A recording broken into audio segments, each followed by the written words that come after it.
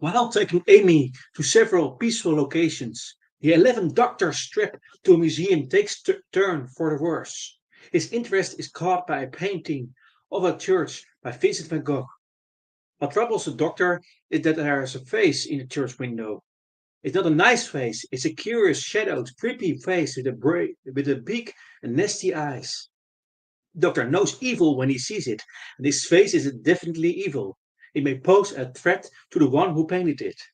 Only one thing will calm the Doctor's nerves: a trip in the TARDIS to 1890, so he can find out from the artist himself. Welcome, friends and companions. Sci-Fi and Fantasy fans meet on this channel for fun chats about their beloved books, movies, series, and franchises. We also talk about food and drinks, music and sport, and a special place on this channel for Doctor Who. Random, because we discuss everything that involves entertainment, including movies and series, books and music. Random, because we podcast non-fixed times, actually many different times. You need to subscribe to this channel to know what time the broadcast is. Random, also, because we have no guests or different guests. It depends on what you join me in a live stream or panel. If you want to join me in a live stream, feel free to contact me via Discord or YouTube and we will look what is possible. Uh, what also is possible is that you can feel free to invite me for your channel, for your live stream or panel. I will also want to contribute to your channel. I want to make friends and network. So, in summary, you are invited for a live stream in a panel, and feel free to invite me for your live stream in a panel. Yes. Discord server is called Random Entertainment Channel. Tag Doctor Who in Discord, and you'll find me very quick because I update the server regularly. So cheers, man. Have lots of fun. Your host. This is Enigmatic Joker. Today we have an 11th Doctor story called Vincent and Doctor. Some general info about this story. Vincent and the Doctor was the 10th episode of Series 5 of Doctor Who. It saw the Doctor befriend another famous figure in Vincent van Gogh and explored the lead up to his suicide.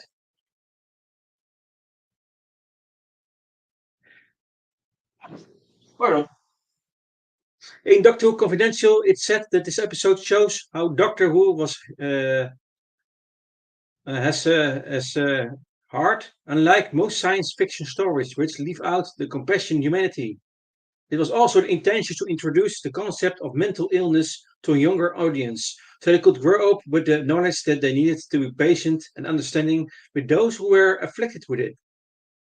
It also marked another of the few times that the doctor was unable to save a life. Although, in this case, it was because Vincent was tormented by inner demons that even the Time Lord couldn't reach. Quote, the doctor cannot always save someone from themselves. End quote. Along with Amy's choice, this story neither features a crack in time, nor does it make any mention to the silence. However, Rory's absence is alluded to, given the episode a defined place in the season's story arc. The episode's addressment of mental health prompted the inclusion of a BBC Action Line tag at the end of the episode upon its original broadcast. So we'll dive now into the plot. So if you haven't watched this or listened to this story yet, I highly recommend to do that. Otherwise, you can choose to listen further to the plot. Okay, let's go.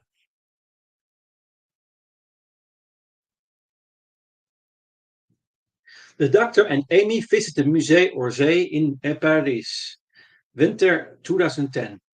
They walk into the exhibit filled with the works of Vincent van Gogh, who is Amy's favorite painter. She thanks the doctor for bringing her to see the paintings, which he accepts awkwardly. Seeing the doctor fidgety, Amy asks him why he is being so nice to her, taking her to several places she wants to visit and other peaceful locations, such as Arcadia and Trojan Gardens. She jokes that she's suspicious, to which he defensively snaps that He is always nice to her, and that there is nothing to be suspicious about. Amy tells the doctor that she was just joking, but wonders why he's not. Before she can question the doctor further, a child says, "It's the doctor," prompting them both to look behind them to see a child looking at the painting of Vincent's doctor. The child reads his guide pamphlet to a friend, explaining Vincent painted it shortly after his mental health had started getting worse. Smiling, Amy resumes looking in her guidebook, spotting the church at Alvarez on the wall in front of them. They both admire the work. However, the doctor notices that something is wrong with the painting. In the windows of the church, there is an ominous face sneering. The doctor grimly states that the face does not look friendly. He immediately stops the curator, Dr. Henry Black, in the middle of an explanation, using psychic paper to pose as an inspector. Doctor asks to know when the church at Ovre was painted, asking Dr. Black to be as specific as possible. Dr. Black tells him that it was painted between the 1st and the 3rd of June 1890, 1 year before Van Gogh committed suicide. Complimenting Dr. Black's bow tie, the doctor grabs Amy's hand and drags her away. When Amy tells him she wants to see the rest of the paintings, the doctor tells her that it's a matter of life and death. They need to speak to Vincent van Gogh. The TARDIS materializes in over Sir Oise, and the doctor and Amy begin their search for Van Gogh. Finding a cafe featured in one of these paintings, the doctor questions two waitresses cleaning the tables outside. They say Van Gogh is a mad drunk who never pays his bills, and when the doctor says he's a good painter, they laugh heartedly. The cafe owner rushes out, followed by a red-headed man trying to bargain with him. The owner exasperately informs him the painting is no good for a trade, given that it will frighten the other patrons. The man must either pay or leave. The customer is none other than Van Gogh himself. The doctor offers to pay for Vincent, either for the drink or the painting, which would allow Vincent to pay for a drink. Vincent becomes defensive, insisting he can pay for his own drinks, and warns the doctor that to buy one of his paintings would be to bring ridicule upon himself from the townspeople. He makes to resume haggling with the cafe owner. Before he can, Amy interjects and offers to buy a bottle of wine, which he will share with whomever she chooses, to which Vincent agrees. The cafe owner doesn't have a problem with this, so long as the drinks are paid for. Inside the cafe, the doctor introduces himself properly. Vincent misunderstands the title and believes him a doctor sent by his brother. The doctor explains that he's not a medical doctor. Trying to make casual conversation, the doctor learns from Vincent that he has arrived right before he's to paint the church. Amy sees a painting that Vincent has with him and quickly corrects herself when she praises it as one of her favorite paintings. Vincent then wonders if Amy is from Holland like himself, due to her accent. Amy honestly says no, but the doctor corrects her and says yes. Vincent and Amy begin flirting but stop at a scream from outside. In the street, they find a young girl has been brutally killed. Her mother pushes her way forward. But spotting Vincent, who everyone considers a madman, she takes her grief out on him, blaming him for her daughter's death. The crowd throws stones at him, and the doctor and Amy and Van Gogh leave hastily. The doctor learns this is the second recent murder. Vincent asks the doctor and Amy where they are staying, where the doctor takes as an invitation to stay at Vincent's studio. At the studio, Vincent apologizes for the mess his collective works make, leads them inside. The doctor's questions about the church begin to make Vincent suspicious, but this is soon forgotten when Amy and the doctor to tell him that his paintings are precious. Explaining how he paints, Vincent tells them that he believes that there is so much more than what the normal eye can see. Having traveled throughout all of time and space, the Doctor says that he doesn't need to be told.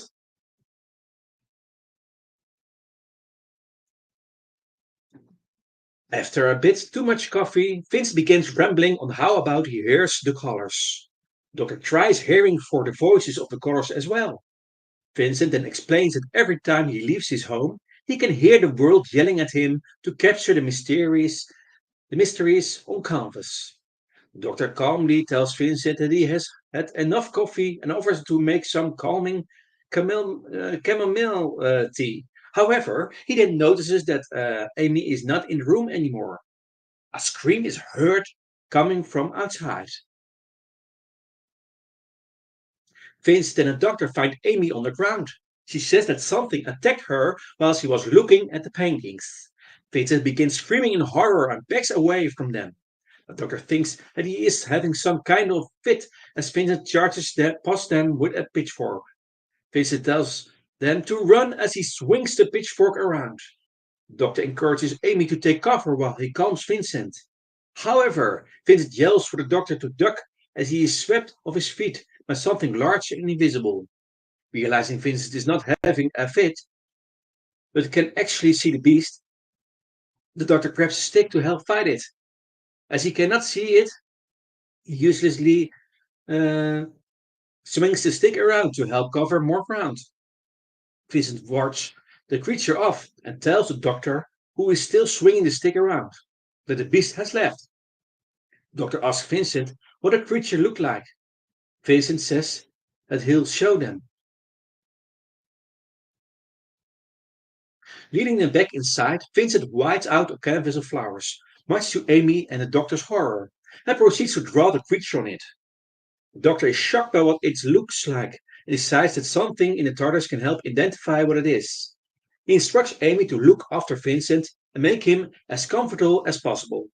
He tells them he'll be back before they can ask where he's gotten to. He then immediately returns to scare them silly, telling them not to ask too fast. Unknown to the doctor, the invisible creature has not gone too far from the studio and begins stalking him. By the time the doctor gets back into town and to the TARDIS, the creature attempts to attack. However, the doctor enters the TARDIS right before it can get to him. Inside the TARDIS, the doctor rummages through a drawer full of junk, apologizes to the object he's looking for as he thought it was an embarrassing gift from a dull, two-headed godmother with bad breath. Pulling out a portable device, the doctor hooks it to the printer on the console. He smiles at the mirror-like attachment on the device, and it shows his first two incarnations and his personal information. Seeing that it works, the doctor shows the device Vincent's painting, which is misinterpreted as a parrot and a polar bear, unable to clearly make out what it is. Annoyed, the doctor tosses the painting aside. He grumbles that Vincent will have to try painting something better.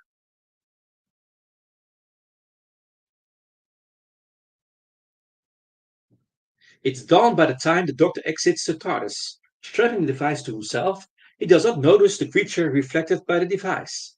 Having got a clear image of the creature, the device beeps, giving the doctor the information about it. He mistakenly believes that it needs some time to get it right. Reading the information, the doctor feels sorry for the poor brutal thing, wishing to see it all again soon. Upon seeing the best beast's reflection, he calmly says, "But not that soon," before running off to escape it. To obstruct the creature's path, the doctor drops debris behind him to slow the creature as he hides behind a corner. Using the mirror on the device, the doctor finds that it has left in a different direction. He turns around, only to be scared by Amy. He demands to know why she left Vincent unguarded. Amy explains that though she loves his artwork, she finds it hard to like Vincent snoring. Back at the studio, Doctor wakes Vincent, who steps into the courtyard to see Amy surrounded by sunflowers. She tells Vincent it's her way of thanking him for saving her yesterday. Amy suggests he paint them, but Vincent explains they are not his favorite. Amy is confused by this, as Vincent will paint a picture of them. Vincent explains he finds them complex, half living and half dying, but it will be a challenge To which the doctor responds that he believes that he will rise to the occasion. Giving Vincent a printout of the creature, the doctor explains that it's called a Craphaeus. They traveled through space in packs, a brutal race of scavengers. This one has apparently been abandoned. It will kill without mercy until it is killed, unlikely given its invisibility. Nonetheless, he assures Vincent they can stop the killings if he will paint the church. Vincent agrees, and the doctor informs him that, afterwards, he and Amy will leave. Once Vincent has departed, the doctor expresses concern at putting him in such a dangerous situation. If he is killed, half of the paintings on display in the Musée d'Orsay will vanish. After a while, the doctor and Amy have gotten tired of waiting for Vincent getting ready. Wondering what is keeping him, Doctor finds him lying in bed, sobbing. He is devastated the doctor and Amy are prepared to leave him, like everyone else.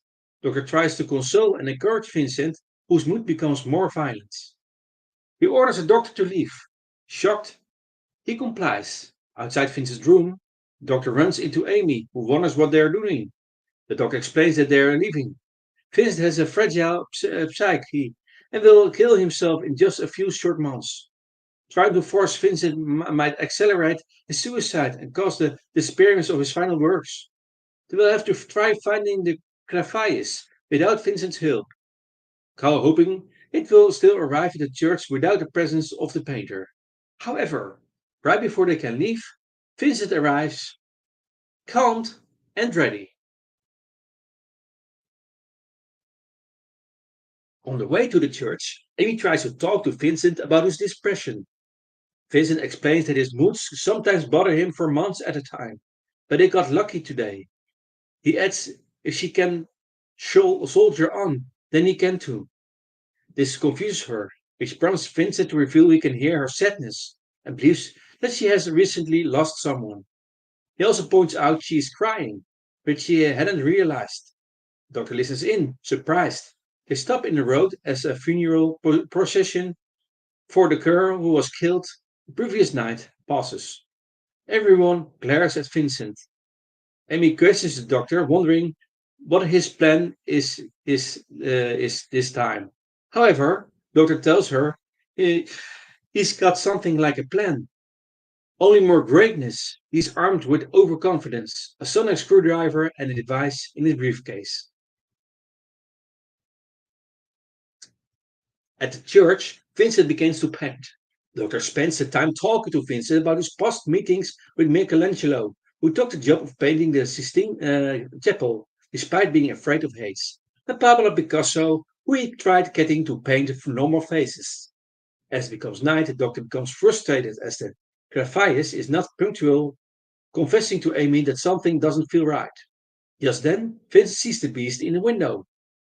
The doctor goes inside, ordering his companions not to follow. Vincent questions Amy as to if she will follow the doctor. She responds, of course, prompting Vincent to tell her he loves her. Inside, the doctor fights the creature, but when his device is destroyed, he prepares to retreat. Outside, Amy and Vincent hear the chaos. Amy runs inside, calling for the doctor. The doctor attempts to exit the church but bumps into Amy. Despite being annoyed that she disobeyed him again, he forces her to hide in a confessional with him. They whisper to each other as the Craphaeus attacks them. The doctor remarks the Craphaeus has incredible hearing. As it tears the confessionals apart, Vincent appears, brandishing a chair to distract the beast, allowing the doctor and Amy to escape. The doctor tries stunning the beast with a sonic screwdriver, but since he can't see it, he can't tell if he has the right setting. Vincent says the attempt to stun the beast pleased it instead. As a result, the doctor gives up on the idea and takes refuge in another chamber, with Vincent blocking the door with his chair. Thinking quickly about why the Craphaeus was left behind, the doctor accidentally refers to Vincent as Rory while Wormling. Amy is confused by this, but the doctor quickly recovers up his mistake. Vincent tells them to wait there as he has an ID, promptly leaving out another exit. In Vincent's absence, the doctor attempts to reason with the creature, thanks to the TARDIS translation circuit, telling it he too is alone. He offers to help the creature. Grafai stops its attempts to break down the door, and everything goes silent. And, for a moment, the doctor thinks he managed it to listen to reason. However, this notion is dispelled immediately when the chamber windows blow out. The doctor and Amy take over behind a tomb as they hear the beast enter the room. Vincent returns with his easel, holding it like a weapon. He says the creature is making its way around the edges of the room. Amy's comment of "I can see a thing" helps the doctor put all the pieces together, and he calls himself an idiot for not noticing this sooner. Slapping himself, the doctor explains what the Carphias is feeding its way around the room, how it has such perfect hearing, why it hasn't simply killed them, and why it was left behind by its pack. It is blind. Vincent points out that the perfect hearing would explain why it has now turned around and is now running right at us.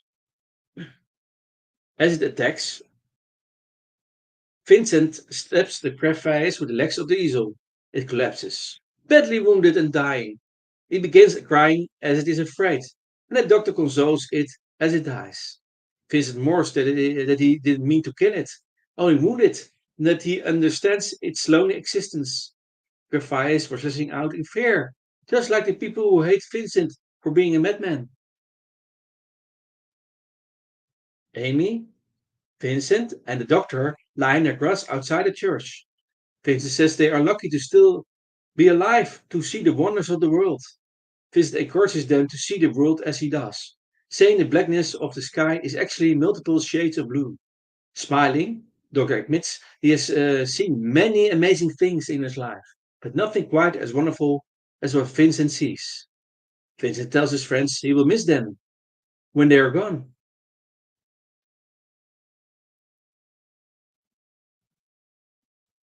The next morning, Vincent attempts to give his self portrait as a parting gift, but the doctor, knowing what it will be worth one day, refuses it. The painter takes this in stride.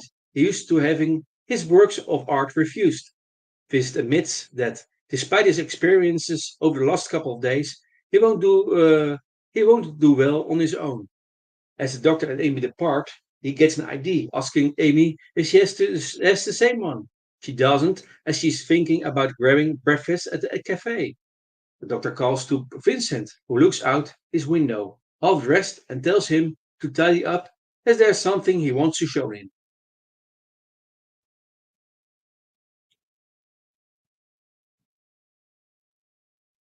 They take him into the TARDIS, which is now covered in circus posters. The doctor slices through them with a TARDIS key and opens the doors of his time machine. The doctor reminds Vincent about how they talk about the wonders of the universe before showing him inside. Seeing the inside, Vincent examines the outside and returns to the doctor and Amy. He enters amused, asking how he's crazy, while they've managed to remain sane. The doctor explains some of the buttons on the console, secretly steering the TARDIS, and Vincent is amazed by all the doctor has told him and asks that they come back to the cafe and explain more about the wonders of the universe. However, the doctor tells him that there is something they wish to show him first.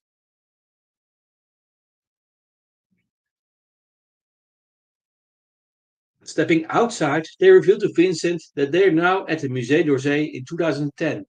The time vortex energy has also reduced the posters covering the TARDIS to cinders.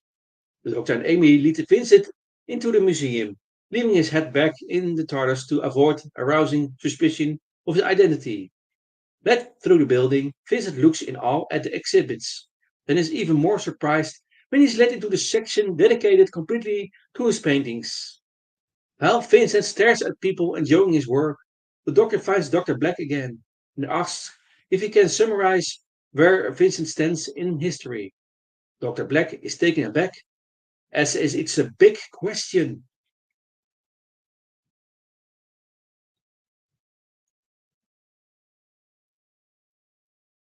Vincent is close enough to hear his response, and here's Dr. Black praises Van Gogh. for turning his pain into incredible beauty, calling him not only the world's greatest artist, but also one of the greatest men of all time. Vincent is reduced to tears by these words, and the doctor starts to apologize, thinking this was too much for him. However, Vincent explains he's crying out of joy. Now he knows that people will love his paintings. He hugs Dr. Black and thanks him for his kind words before leaving with his friends. Dr. Black is confused and suspects the truth before thinking better of it. Vincent is returned to 1890, where he comments on what has happened and thanks the doctor for truly helping him where other doctors have not. The doctor is equally joyous, bidding his new friend farewell. Vincent then tells Amy that should she grow bored of the doctor, she should return and they will have a big family. Amy tells Vincent she's not the marrying type. The doctor is subtly distressed to hear this. Leaving for home, Vincent hears the TARDIS leave and turns back to see it gone. He then leaves, happy, and sure he will use his experience to change himself into a new man. The doctor and Amy return to the Musée d'Orsay. Amy is certain that time with Vincent changed him, having seen people's lives turn out better from meeting them. Amy believes that they have prevented Vincent from committing suicide, and he would have spent a longer life painting. Ecstatic at the prospect of seeing new paintings, Amy happily skips back into the exhibit. However, to her shock, there are no new works.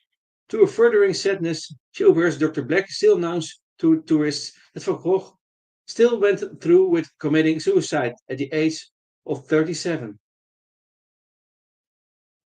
Amy is heartbroken that they didn't make a difference in Vincent's life at all. But the doctor rejects this. He says that good things can't remove the pain of bad things. But that bad things can't spoil the good things either. And they certainly added a large amount of good to Vincent's life. The doctor shows Amy that the face of the Graphias is no longer visible in the window of the church. Another change becomes evident as they prepare to leave. Amy sees Van Gogh's painting of sunflowers, now dedicated to her. Amy jokes that if she had a child with Vincent, they would have had really red hair.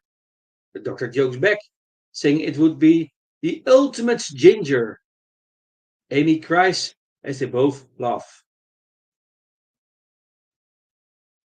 Then, my friends and companions, is the story Vincent and the Doctor.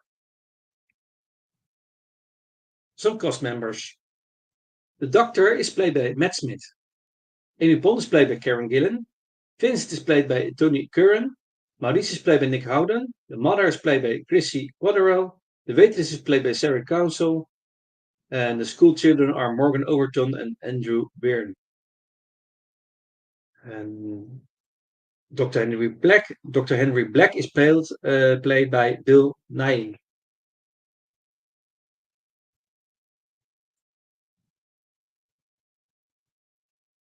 Okay, some world building.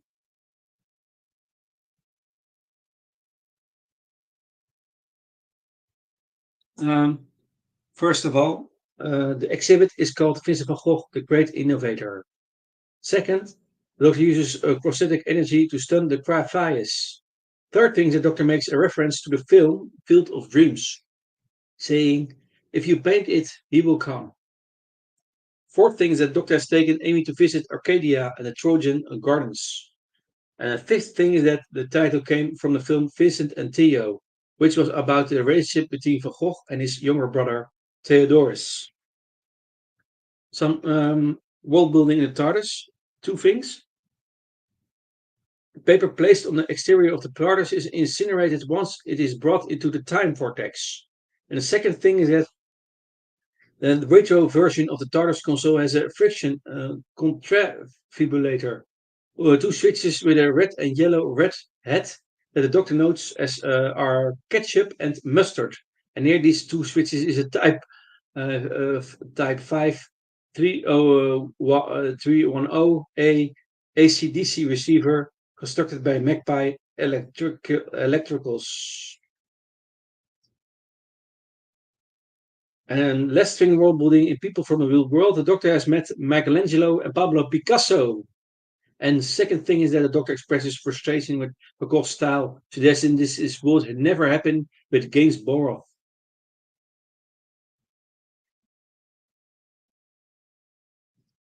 Um, some story notes. First, Richard Curtis' preferred title for the adventure was Eyes That See the Darkness. It drew upon the description of Van Gogh having eyes that know the darkness in my soul, in a Don McLean's 1971 song Vincent, which was itself inspired by Starry Night. Stephen Moffat, however, preferred a less abstruse title. Another thing is that, unlike most stories in this series, this story focuses much more on characters than plot. It has hints and references to Van Gogh's struggle with bipolar disorder and suicide, something the series has not explored deeply before. A message and phone number for the BBC Action Line was broadcast following the next Time trailer for those wanting more information on issues raised in this program. A third thing is that the pictures of the first and the second doctors are printed on the TARDIS typewriter. A fourth thing is that the accordion player in the cafe is clearly playing a rendition of I Am the Doctor from the Series 5 soundtrack. Fifth thing is that this is the second story in the series to lack any cracks, silence, or other foreshadowing of the series finale. The first being Amy's choice. However, it does tie into Rory's death and establish that on some level Amy is aware he has died. Um, a sixth thing is that Bill Nye agreed to take the part on condition that he was not credited. No publicity photos were taken of him, and he did not have to give any interviews. Another thing is that the song used for the scenes of Van Gogh's museum is Chances by Athlete, and this was Matt Smith's idea, as he was a fan of the band. Another thing is that this is the first episode since 1963 to end on a cut to black. For about Van Gogh's works, reference in the episode include Church at Ovre, 1890, Bedroom in Arles, 1887, the Café Terrace in 1888, Still Life, a Vase with 12 Sunflowers, 1888, Portrait of Dr. Gadget is 1890, The Starry Night, 1889, Wheatfield with Crows, 1890, Vincent Chair with His Pipe, 1880,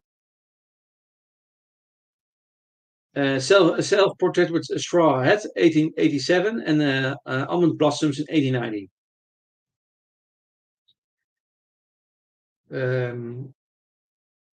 Another thing is that during the Doctor Who lockdown tweet-along of this episode in 2020, on point that Dr. Black may in fact be an allies of a future incarnation of the Doctor, checking back on his younger self, helping him along, quite like the curator.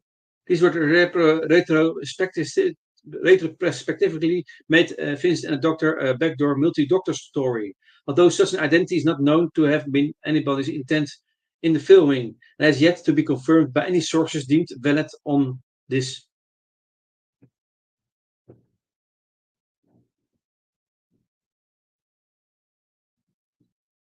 Another thing is that the self-portrait of Vincent is not an exact replica.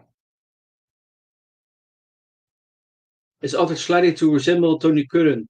This painting would later show up as an image in an historical archive in Smile. Dat is de V-story.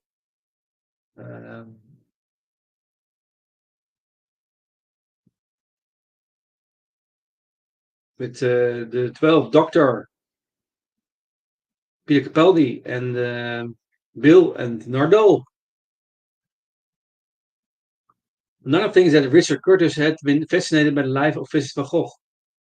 Though it was a subject he knew quite a lot about, he still read a 200-page biography of Van Gogh, which was more research than he normally would have done if working on other projects.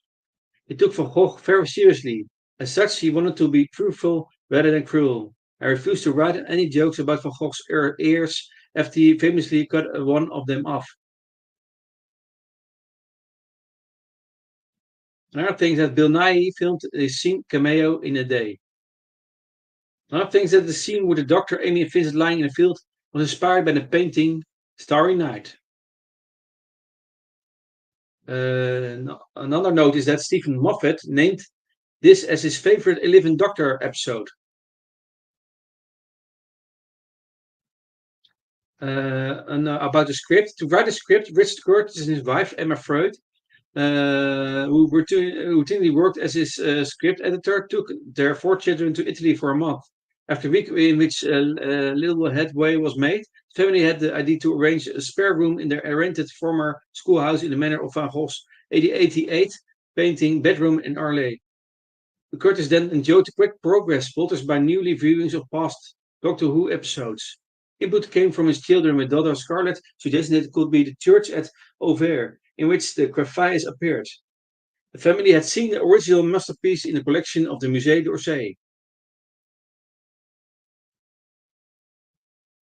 Another thing is, due to time constraints, several scenes were cut. These included several scenes involving Madame Vernet, mother of the slain Giselle, as well as the revelation that the Doctor knows of the Graphias from a book of scary stories he read as a child on Gallifrey. The latter plot strand would have caused the Doctor to be jittery throughout his time in Auvers, and would have also preceded the climatic revelation about the Graphias' handicap, since the book was titled Blind Fury. When writing the script, Richard Curtis puts up prints of Van Gogh paintings around the house, as well as a board with index cards outlining the plot.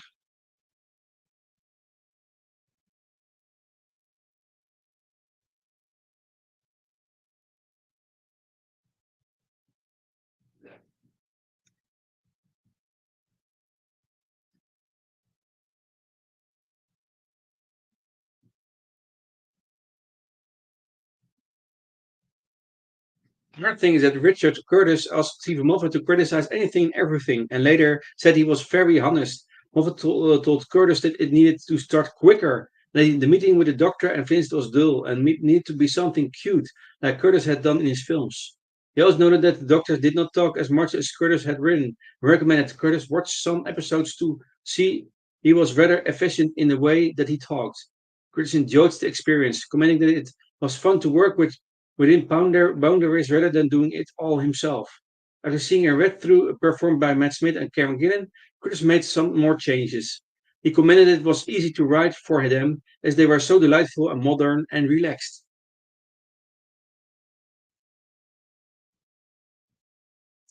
The producers stated that they cast someone as high profile as Bill Nye for such a small part was because they needed the audience to listen to what the character said, which in this case were important biographical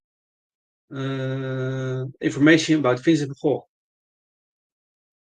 Another thing is that Bill Nighy and Tony Curran have both appeared in Underworld series, playing Elder's vampires Vincent and Marcus. Another thing is that it was Stephen Moffat's idea that the Parfais be invisible. Another thing is that when the Doctor and Amy say goodbye to Vincent and he stands in the field, the wide shot of him as the TARDIS fades has 2 branches cut through the middle of the frame, which somewhat resemble half of the crack from Amy's bedroom.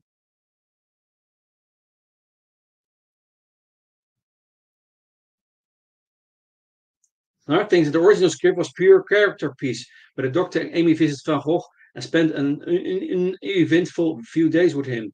The execs insisted they needed to fight a monster. Another thing is that Richard Curtis wanted to write for the show because he thought it would be something my kids would like. Another thing is that in 2020, Karen Gillan later revealed on Twitter that her father got her a Van Gogh sunflower painting for her birthday. Another thing is that Matt Smith named this as one of his favorite episodes because it was shot in Croatia. Another thing is that Steve Moffat met Richard Curtis at Red Nose Day 1999, where Moffat contributed The Curse of Fatal Death comic relief. Another thing is that Stephen Moffat knew that Richard Curtis wasn't a fan of the series and rather pondered his offer to contribute a script for some time. However, he happened to live next door to David Morrissey, who was co-starring in The Next Doctor. Their families watched the broadcast together, after which Curtis' children demanded that he accept Moffat's invitation. Richard Curtis had enjoyed the show's historical episodes and felt comfortable writing one. He had the idea of a story centered on Van Gogh's for a long while and was particularly interested in the fact Van Gogh never knew he would be famous, as well as his inspirational story. Stephen Moffat was initially cool to this approach, which he worried would be inappropriate for the program's audience, but he was eventually persuaded by Curtis' ideas for the script. Nonetheless, it was agreed that the story would avoid focusing on the more sordid aspects of Van Gogh's life, such as the amputation of a portion of his left ear. Richard Curtis chose to fictionalize some aspects of Van Gogh's history. For example, he said that his script had the yellow house which Van Gogh had rented in Arles from 1888 to 1889, but he reimagined the associated events as taking place in June 1890, when Van Gogh was actually living in Auvers-sur-Oise. Another thing is that Graphias was originally spelled Graphias. For much of the day of the story's development, there were in fact two Graphias, which the second committing suicide after Van Gogh inadvertently killed its mate, rather than face the agony of loneliness. Another thing is that this episode formed Block 5 of Season 5, along with the Vampires of Venice. Next thing is that although principal photography was scheduled to take place in November and December 2009, Tony Campbell made the unusual decision to make film material for one scene months earlier. It was a shot of the wheat field used at the beginning of the episode. It would have been out of the season in late autumn.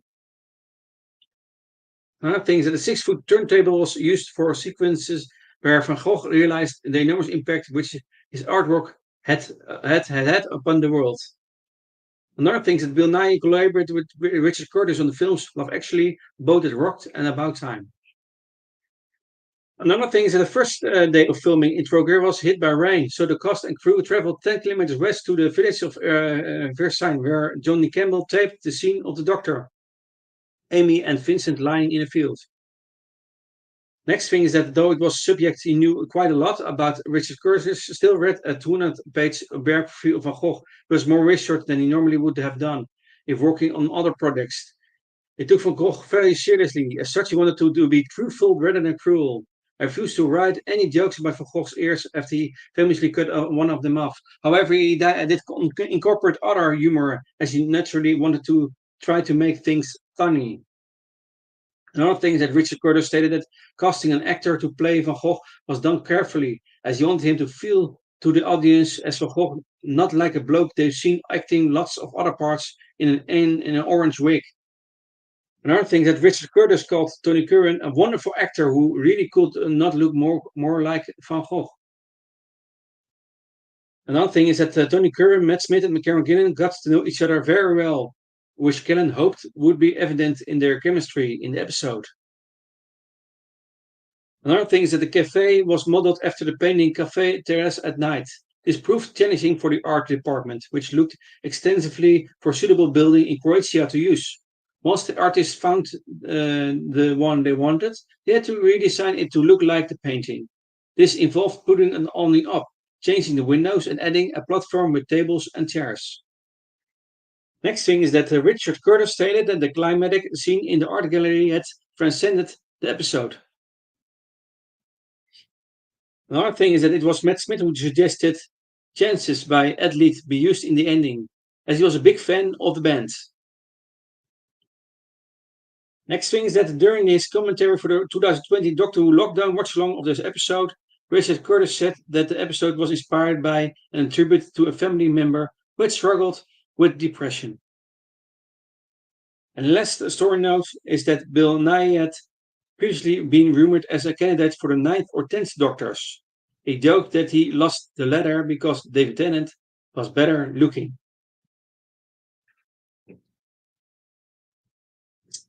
That were some story notes. Some continuity.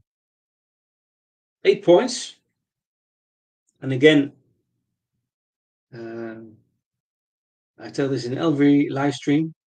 Um, Doctor Who stories and episodes is to some extent related to each other, are referenced to each other, linked to each other, and are from influence to each other. And there are eight things in interpretation. First one is that the Doctor and Doctor Black complement each other's bow ties. The Doctor saying again that bow ties are cool. You see that in the TV story The 11th Hour and Amy's Choice, for example. Second thing is that Doctor once again mentions that he is aging mentally, in contrast to his physical appearance. There's a link to TV Time Crash and the TV story The End of Time. Third thing is that the Doctor manages Rory, to which Amy asks, "Who?" Amy also says that the Doctor is being extra kind to her, as unbeknownst to her, he is feeling guilty about Rory's erasure from time. Van Gogh also sees that Amy is crying, although she doesn't know why. He theorizes that she had lost someone. After receiving a half-joking marriage proposal from Vincent, Amy tells him that she's not the marrying kind. There's a link to a TV story called Blood. Fourth thing is that the Doctor had previously tried to ask a companion who has recently left to do something. We see that in TV story The Rescue. That's the first Doctor story with Ian, Barbara, and Vicky.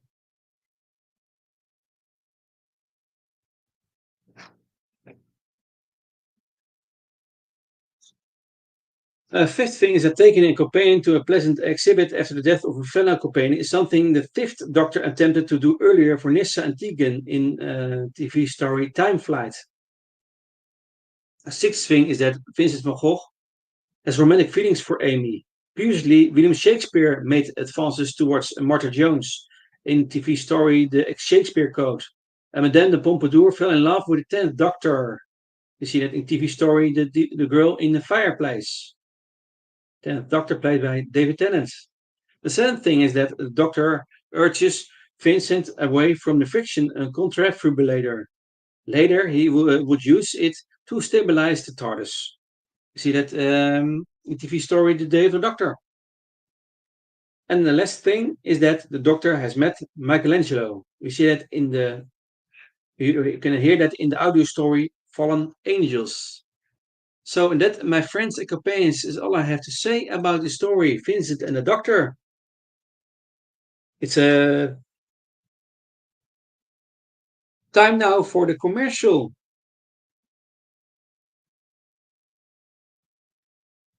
So, Sci-Fi Fantasy fans meet on this channel for fun chats about their beloved books, movies, series, and franchises. We also talk about food and drinks, music and sport, and a special place on this channel for my most beloved sci-fi series, Doctor Who. And Random Entertainment Channel, because we'll discuss everything that involves entertainment, including movies and series, books, and music. Random, because we'll podcast non-fixed times, actually many different times. You need to subscribe to this channel to know what time the broadcast is. Random, also because we have no guests or different guests. It depends on what you join me in a live stream or panel. If you want to join me in a live stream, feel free to contact me via Discord or YouTube. And we look what is possible. And what also is possible is that you can feel free to invite me for your channel. I want to contribute on your channel in a live stream and panel. So, in summary, I invite you and you feel free to invite me. The Discord server is called Random Entertainment Tech Doctor Who. In Discord, you'll find me very quick because I bump the server regularly. So, cheers, mate. Have lots of fun. Here is your host, Enigmatic Joker. So, I'm looking forward to meet you. See you next time. Bye bye. Bye bye.